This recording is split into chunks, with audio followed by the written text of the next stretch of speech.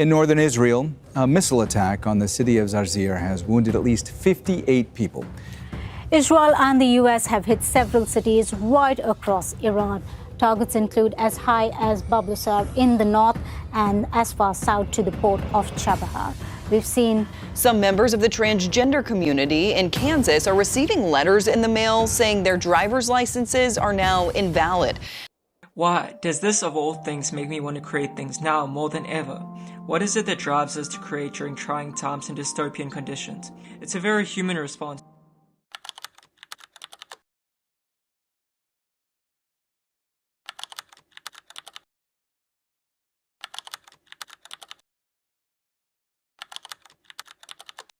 So why? Surely there are more appropriate ways of handling these times.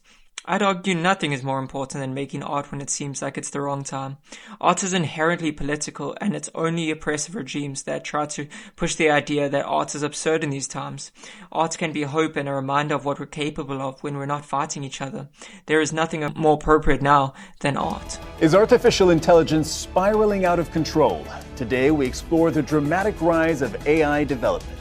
With tech giants advocating a pause, can we strike a balance between progress and possible threat?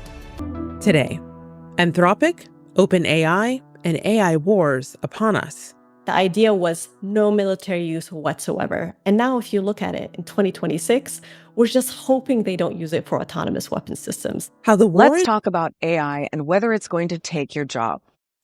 AI has taken so much joy out the world. They want to take human jobs. They want to use your skills as a training machine to replace you. They use art to train models on how to make art.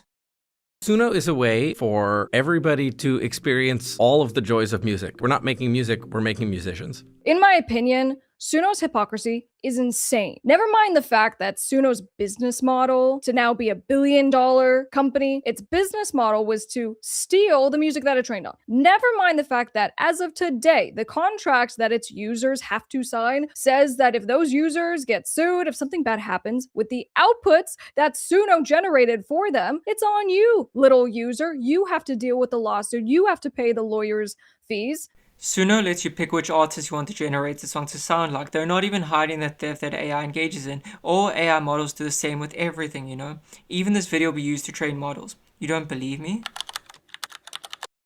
There's been a bunch of fantastic investigative reporting uncovering the reality that generative AI companies are pulling videos and transcripts from YouTube and using those creations owned by independent creators to train their AI models. None of our art is safe from AI models. They're going to keep building data centers and making chips as they destroy our planet bit by bit as long as they can profit off of it. It's not all bad though. Humans will always fight for art. We always have and always will.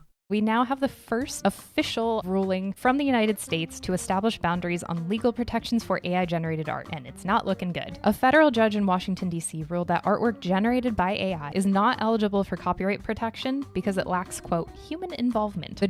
It's confirmed. AI art is not protected by copyright law. It's official. AI art cannot be copywritten. Recently, the US Supreme Court made the ruling that AI cannot be copyrighted, which takes away all validity as a medium of creating.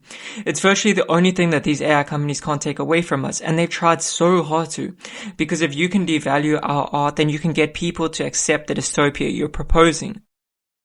So back to the original question, why are you drawing and making music and learning how to code your own games and building your apps and designing your fun websites? Well, in a world where art is the only thing we have control over, we have to do it. It's all the 99% have left after their 9 to 5. If we don't create things, then we're just living for our jobs, and that's not an acceptable reality. So we create something so that we have a higher reason. That's why we'll always have artists working as waiters and baristas and any job where they can find that they'll allow them enough time and money to create. The starving artist cliche is a cliche for a reason. The creative soul would rather be poor and full of creativity than be comfortable financially and be completely unable to do anything meaningful outside of work.